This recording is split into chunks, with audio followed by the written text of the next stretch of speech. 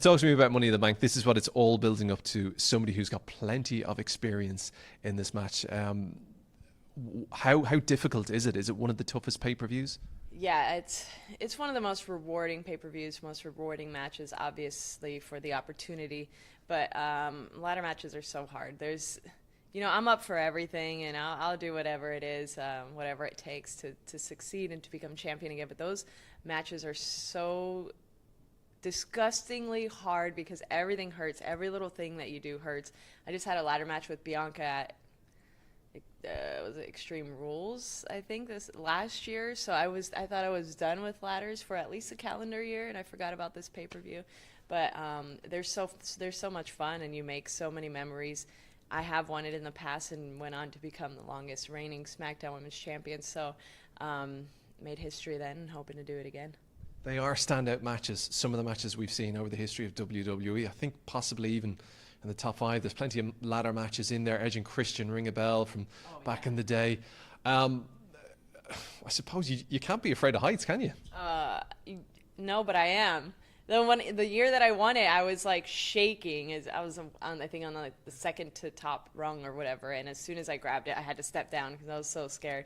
But I did grow up watching Edge and Christian and the Hardy Boys and those TLC matches with the Dudleys and everything. So I've always been a weird fan of them because there's just so many unique things that you could do with a ladder. So despite being afraid of heights, I love winning.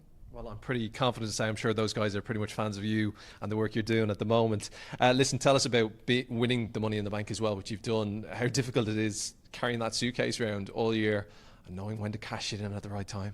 Well, that's why I did it right away, the night of, so that I didn't have to carry it anywhere. I didn't want to think about, oh my God, how am I going to bring this on the airplane with my other luggage and all that. So I just got it over with. But I have heard that it's a pain. Carmella held it for a really long time, actually, and she had it everywhere. I remember the first time I saw her with it. We were at a hotel somewhere, and she's just like, this thing is just, you have to be careful with it. And sometimes, like, when you get to certain airplanes at the small overhead, you have to make sure that they don't take that one. You don't want to check that at all. So it's a funny little thing that you really do have to travel with it, and that's such a weird extra luggage to carry around and have to explain to people. It's just like it just says money on the bank on it. So I suppose you're in charge of it. Listen, I have to ask you then funny as well. I was just talking to Austin and saying, like, obviously the bread and butter, your 9 to 5 job is shows around the States and Canada, maybe a little bit of Mexico as well.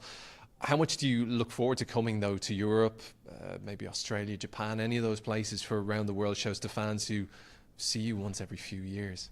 Yeah, that's why I think the crowd's always so electric and why they're so excited to see us, and they're loud throughout the whole night. Sometimes you have shows where even if the crowd starts out really hot, when by the time you get to that second half of the show, they're a little exhausted because they've been cheering so loud. But it doesn't seem to happen when we travel outside the U.S. just because it's so rare. They know that they need to soak up every single ounce, and we feel the same way. Every time we come out of the state, step over that, or go overseas, we soak up all the energy and just give that little bit extra ounce of it.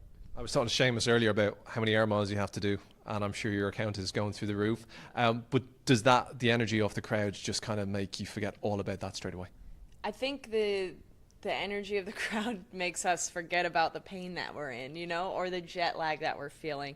The travel it's kind of, to me at least, I feel like I'm on literal, like, no pun intended, but autopilot, where I'm just going, and wherever I get on a plane and wherever it takes me, I go and do my job.